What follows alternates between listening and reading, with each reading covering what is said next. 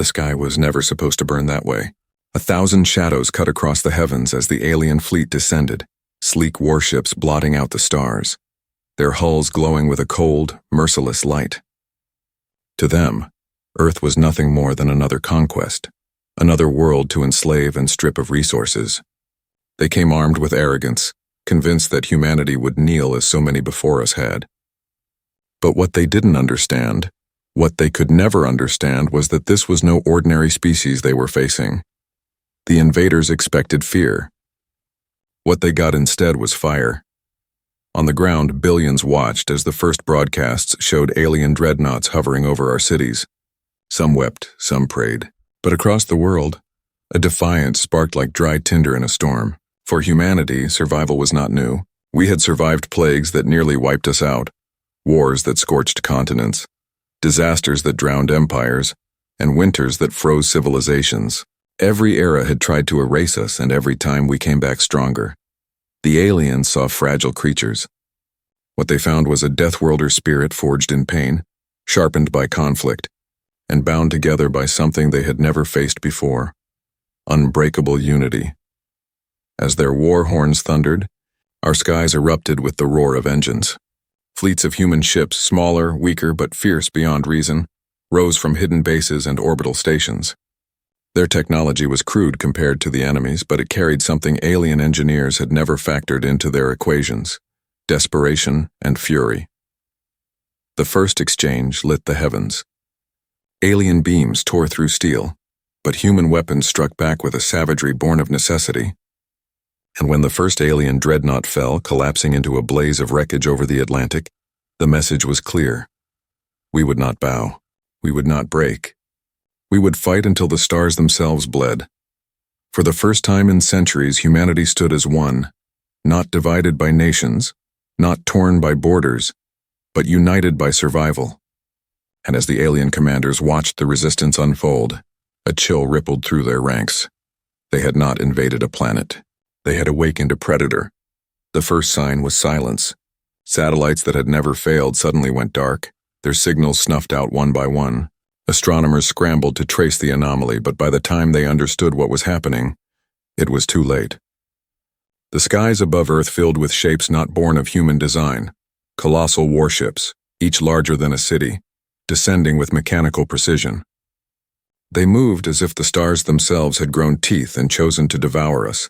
From New York to Nairobi, from Beijing to Buenos Aires, people poured into the streets, necks craned to the heavens. The alien fleet blotted out the constellations that had guided sailors and dreamers for millennia. Fear rolled across the planet like a storm surge. Governments issued emergency broadcasts urging calm, but their voices trembled, betraying the truth. Humanity had never seen anything like this before. The invaders did not arrive with words. There were no broadcasts, no messages of peace, no proclamations of diplomacy. Their first communication came in the form of orbiting warships casting shadows over the largest cities, their silent presence a declaration: "We are here. You will obey." For many, that silence was worse than words. It was the arrogance of predators who didn't feel the need to roar before they struck. On the ground, panic spread quickly. Families huddled together in their homes. Soldiers raced to their posts. Fighter jets screamed into the air, dwarfed by the impossible size of the vessels above. Even the most advanced human aircraft looked like insects compared to the alien leviathans. In command centers buried deep beneath mountains and oceans, world leaders convened through secure channels.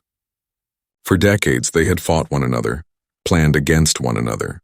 Now every face on every screen carried the same realization. Borders meant nothing when the enemy came from the stars. And yet, amid the dread, something else stirred. The invaders had made a mistake. They believed humanity would break at the sight of superior might. But they misunderstood the nature of this species. Fear was nothing new to humans.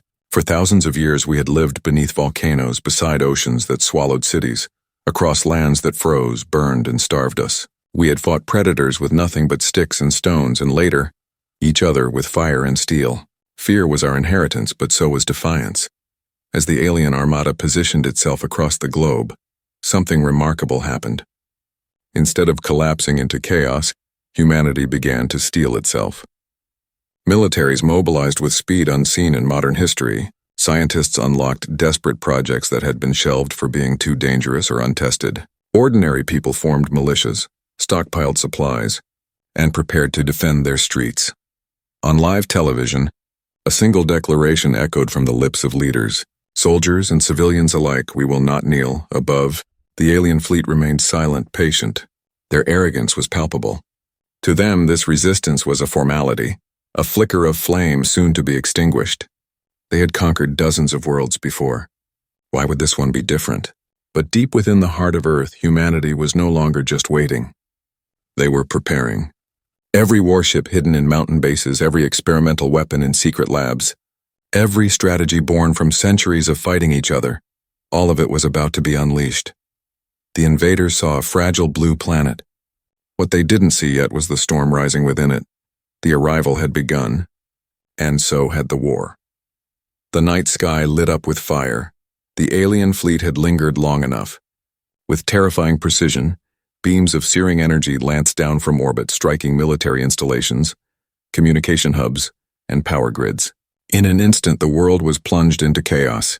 Cities trembled as shockwaves tore through concrete and steel. Skies once filled with satellites now burned with debris falling like meteors. It was the opening strike of a war humanity had never wanted, but had always feared. The invaders moved methodically, their warships drifting like predators circling prey. They did not speak, did not demand surrender. To them, this was not a war. It was extermination, a simple erasure of another fragile species from the ledger of the galaxy. But Earth was not silent. From hidden bases deep within mountain ranges, humanity answered. The first wave of fighter jets screamed upward, their engines straining as they climbed higher than they had ever been designed to fly.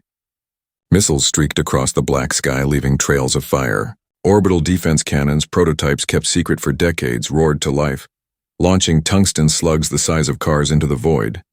The first impact struck true. One alien cruiser, arrogant enough to hover low in Earth's atmosphere, erupted in a blossom of flame as its hull split apart.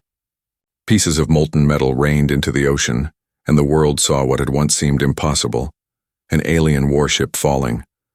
For a heartbeat, humanity held its breath. Then the cheers began. From underground bunkers, from rooftops, from soldiers crammed into makeshift trenches. Hope surged, but victory came at a terrible cost. The aliens retaliated with brutal efficiency.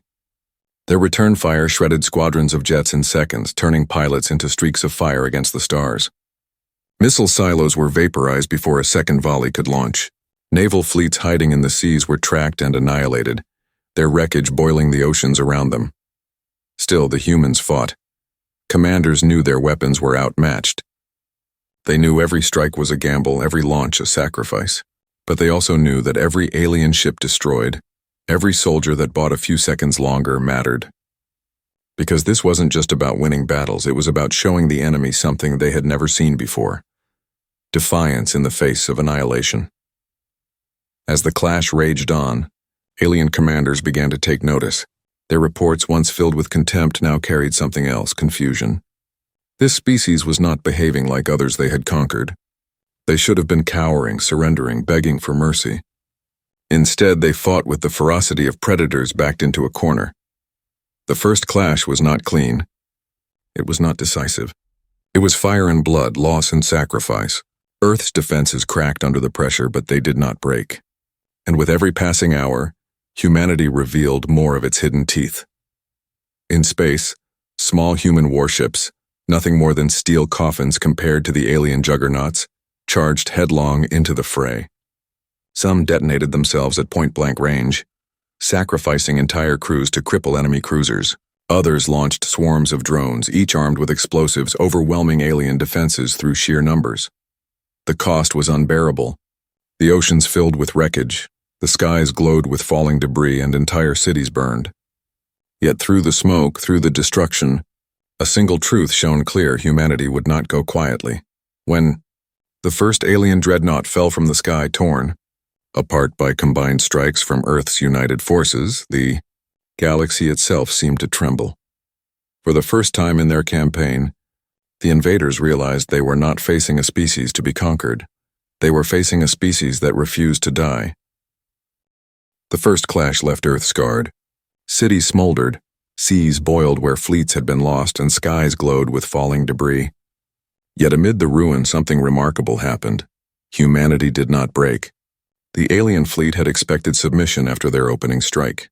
Instead, they were met with defiance, and that defiance was about to reveal its sharpest edge. Hidden deep beneath the Rockies, in reinforced silos buried farther than any bomb could reach, a plan years in the making stirred to life. For decades, whispers had circulated about secret projects, weapons deemed too dangerous or unstable to ever be deployed. Politicians had argued, scientists had warned, and generals had sworn they'd never be used unless Earth itself stood on the brink. Now, with annihilation staring them in the face, the locks were broken and those weapons saw daylight. Codenamed Aegis Protocol, the project was more myth than fact, a blend of desperate engineering and stolen scraps of alien tech recovered from long-forgotten crashes. The world had never seen it. The invaders certainly hadn't expected it. But now Aegis was humanity's only chance. The first launch came from a site buried beneath Greenland's ice. A massive railgun, kilometers long, rose from its frozen tomb, steam billowing as ancient hydraulics groaned. Powered by the entire nation's grid and half its nuclear reserves, it fired a tungsten rod at a fraction of light speed. To the human eye, the shot was invisible. To the alien fleet, it was devastating. A cruiser hanging high above the stratosphere shuddered, then tore apart, its hull collapsing like paper under a hammer. The explosion was so violent that even those on the ground saw a new star bloom in the sky. Across the globe, more hidden weapons came online. Subterranean cannons in the Andes, prototype plasma arrays buried beneath the Sahara, stealth drones released from secret ocean vaults, each one striking from unexpected angles, each one a testament to humanity's willingness to prepare for the unthinkable. The aliens reeled. Their commanders had studied Earth's military for decades, analyzing its weapons, its strategies, its fractured politics. But Aegis Protocol was beyond anything in their files. Humanity had hidden its greatest teeth not in parades or military expos, but in shadows buried deep where no one could see until now. And yet, the weapons themselves were only half the story. The other half was the people. Engineers worked without rest, rerouting power grids to keep weapons online. Pilots volunteered for suicide missions without hesitation, guiding damaged ships directly into enemy hulls. Civilians who had never touched a rifle before took up arms to defend their streets. Humanity itself became the weapon, wielding its desperation like a blade. For the first time, the aliens faltered. Their formations staggered. Their once perfect assault patterns began to fracture. A dreadnought, confident in its shields, drifted too close to Earth's orbit, only to be torn open by a coordinated barrage of missiles and railgun fire. Its wreckage fell blazing through the sky, and humanity roared in triumph. But victory carried a cost. Aegis Protocol drained resources faster than they could be replenished. Power grids collapsed, leaving entire regions in darkness. The weapons overheated, cracked, or outright exploded after a handful of shots. Humanity was bleeding itself dry just to hold the line. And yet, even as systems failed, the aliens began to see what they were truly up against. This was not just a battle for conquest. This was a war against a species that refused to surrender, that clawed and bit and burned even as it was pushed to the brink. The secret weapons had bought humanity time, not victory time. Time to adapt, time to unite, time to show the galaxy that Deathworlders did not die quietly. As the wreckage of another alien cruiser rained down across the Pacific, one truth became undeniable. Humanity's greatest weapon was never technology alone. It was the will to fight, no matter the cost. The Earth was burning, but it was not broken. Alien strikes had shattered cities, silenced nations, and torn open the skies. Oceans were littered with wreckage, and entire regions sat in darkness after power grids collapsed. And yet, through the smoke, through the chaos, a strange and terrible thing began to happen. Humanity stopped fighting as nations. It began fighting as a species. For the first time in recorded history, borders meant nothing. Flags lost their power. The United States shared command codes with China. Russian submarines surfaced beside British carriers. African, South American, and Asian militias moved in lockstep with NATO divisions. Languages, politics, grudges, all of it dissolved in the firestorm. The only banner left was survival. And that unity became a weapon no alien fleet could counter. It started small, fractured militaries combining under a single command. But soon the change spread to every corner of human life. Civilians in devastated cities became engineers, building barricades and repairing damaged defense grids. Hackers in basements linked together across continents, creating a global network that tracked alien movements in real time. Farmers gave up their harvest to feed soldiers. Entire industries retooled overnight. Factories that once built cars now churning out drones, tanks, and ammunition. Humanity had always been chaotic, divided, and unpredictable. Now for the first time it was focused, and the aliens felt it. Where once they had driven Earth's defenders apart, now their victories became Pyrrhic. Every strike was answered. Every destroyed ship came at the cost of another dreadnought damaged, another cruiser crippled. Coordinated human fleets, backed by railguns and orbital cannons, began to push the invaders back inch by bloody inch. The turning point came above the skies of India. An alien dreadnought, larger than any city, its armor said to be impenetrable, descended to crush the last human defenses in the region. It was meant to be a demonstration, a show of overwhelming power. Instead, it became a grave. For days the world had funneled everything into preparing for this battle. Railguns hidden in the Himalayas powered up. Experimental drones swarmed from underground hangars. Submarines from 3 different navies rose in unison from the Indian Ocean, launching missile salvos with perfect coordination. And overhead, ragged squadrons of human fighters dove in suicidal runs, distracting the dreadnought's weapons long enough for the trap to spring. When the railguns fired, the sound was like thunder cracking the bones of the earth. Tungsten slugs the size of buses ripped through the dreadnought's shields. The drones swarmed, detonating in brilliant blossoms of fire. Missiles struck, tearing into the wounded hull. And then, finally, the ship split apart, its burning carcass falling into the sea with a roar that shook the continent. The world watched. And the world understood. The dreadnought's destruction was not just a victory, it was proof. Proof that the invaders could bleed, could fall, could be defeated. Humanity was no longer the hunted. It had become the hunter. Across the globe, the effect was immediate. Soldiers who had been fighting with exhaustion in their bones felt hope ignite. Civilians cheered in streets still lined with rubble. Leaders who once doubted survival now spoke with fire in their voices. For the aliens, it was the first true moment of doubt. Their fleets were still vast, their weapons still superior, but for the first time they faced a truth they had never considered. This species would not stop. Not when cities burned, not when oceans boiled, not even when death loomed over every horizon. The turning point had come. Humanity had tasted victory, and it refused to let go. And in the silence of their command ships, the alien commanders felt something they had never felt before. Fear. The alien commanders could not understand it.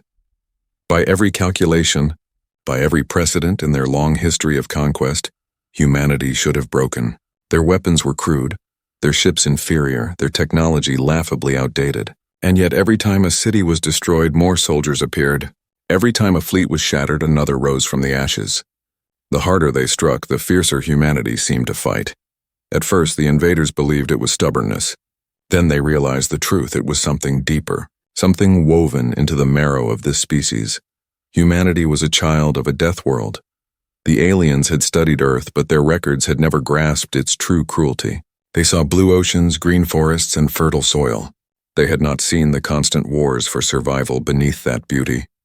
Earth was not gentle. It was a crucible that burned weakness away. Floods had drowned empires.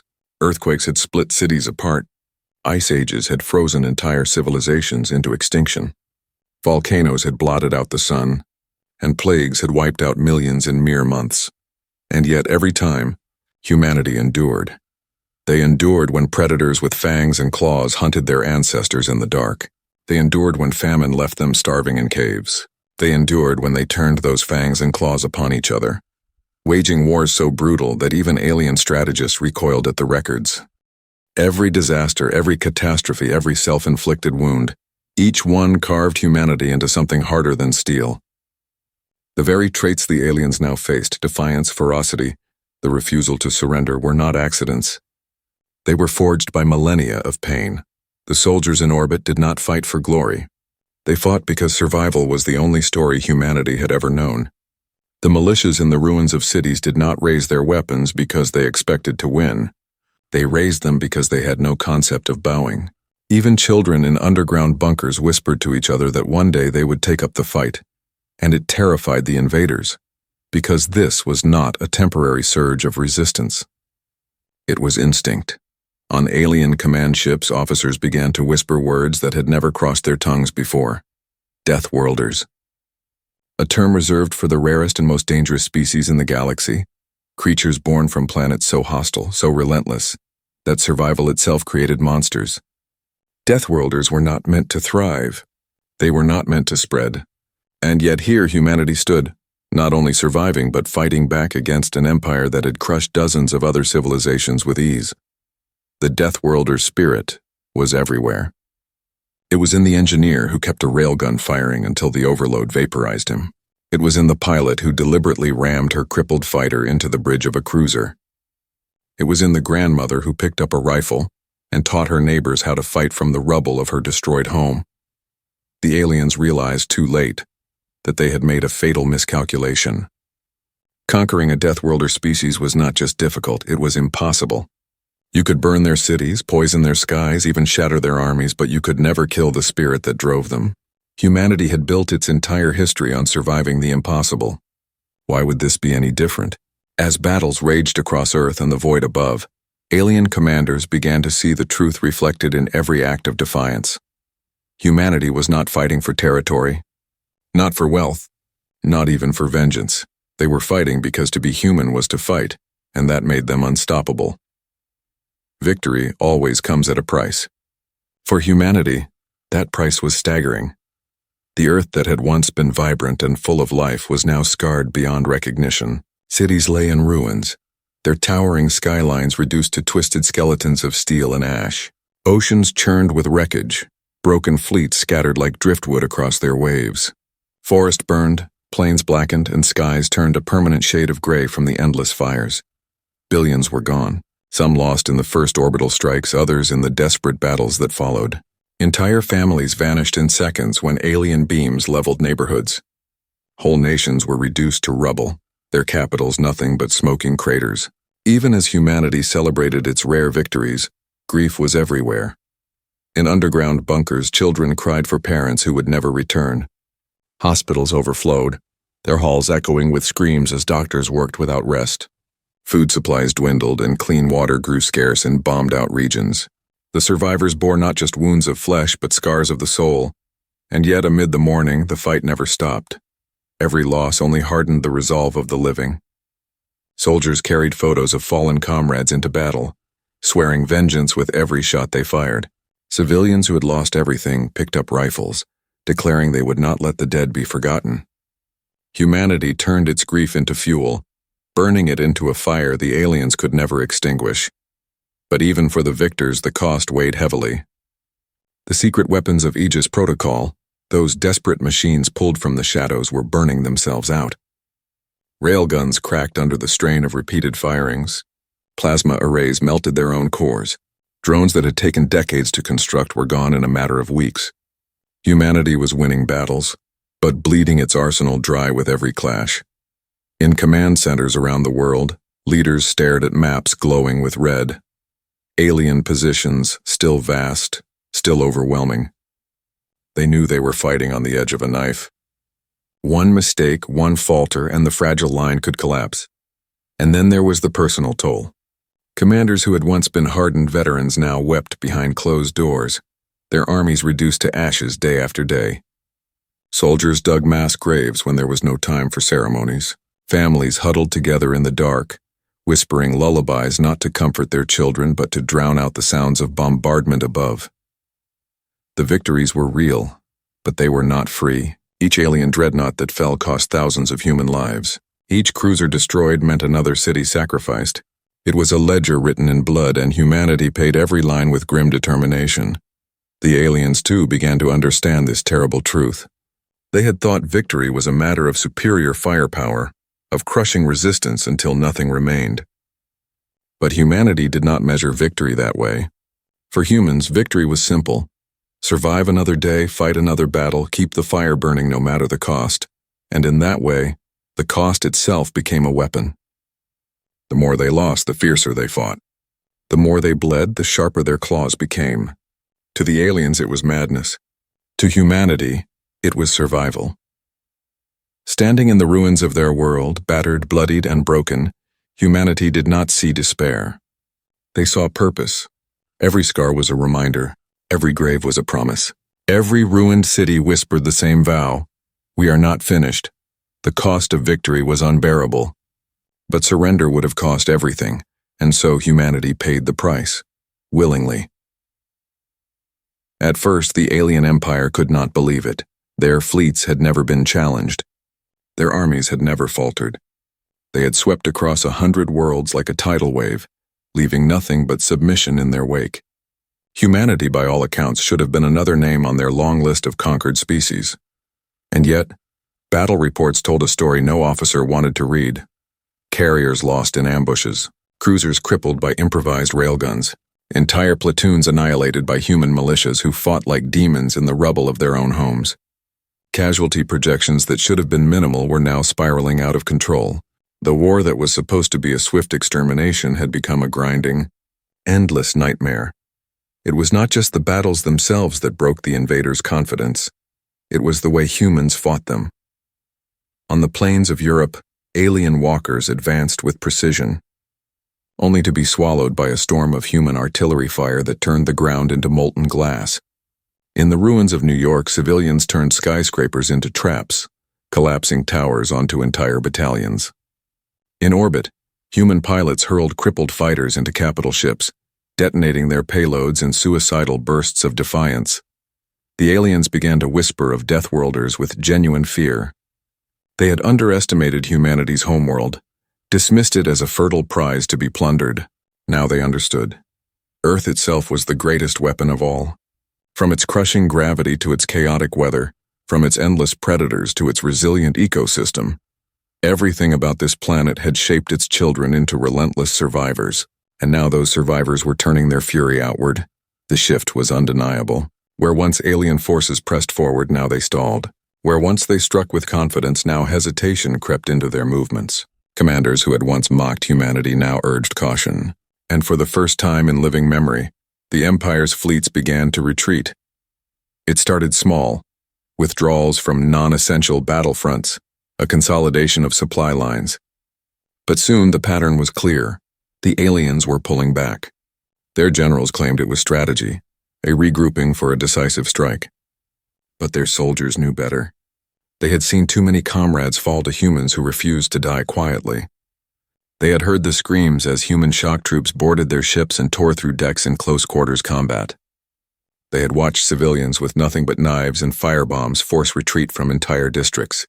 The invaders were bleeding, and they knew it. In the command halls of Earth's resistance, the news spread like wildfire.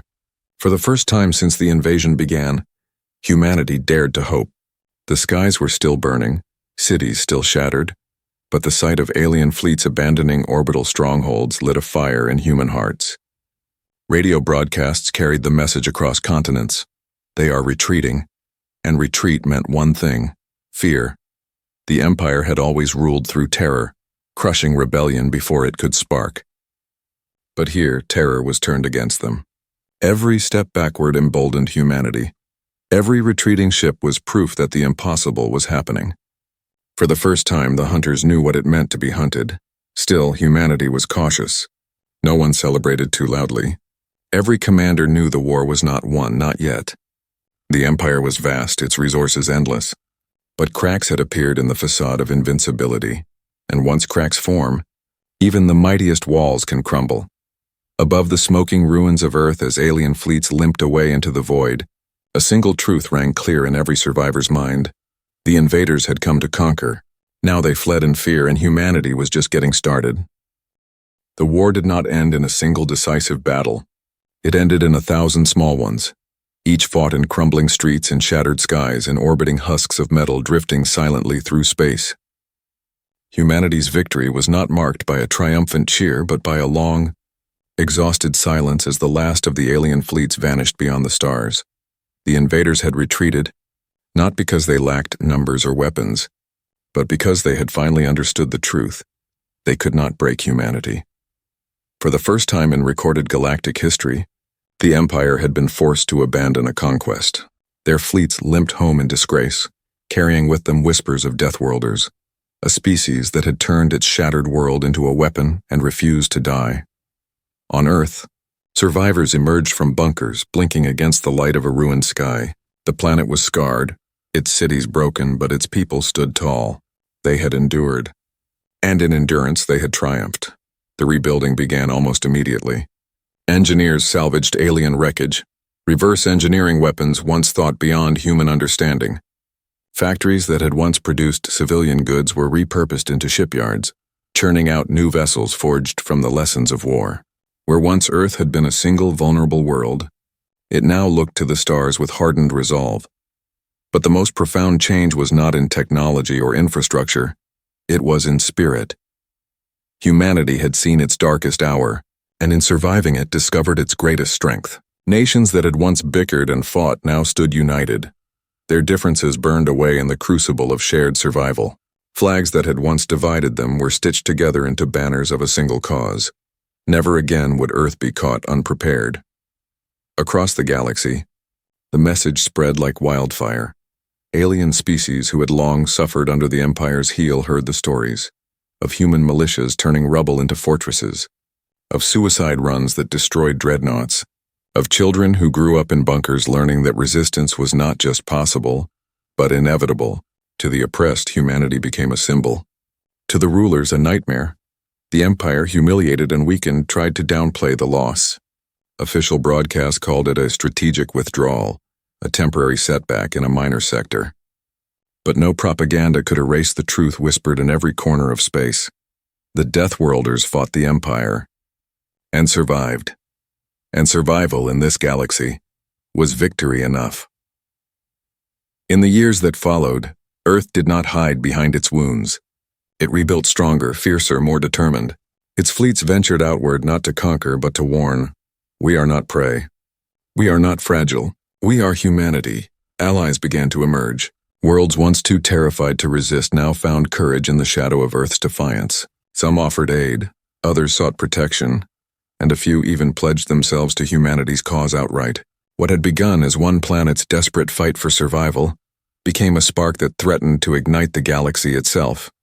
And through it all, humanity remembered the cost. Monuments were raised not to generals or leaders but to the countless ordinary people who had stood their ground. The farmer with a rifle, the nurse in a collapsing hospital, the pilot who never came home.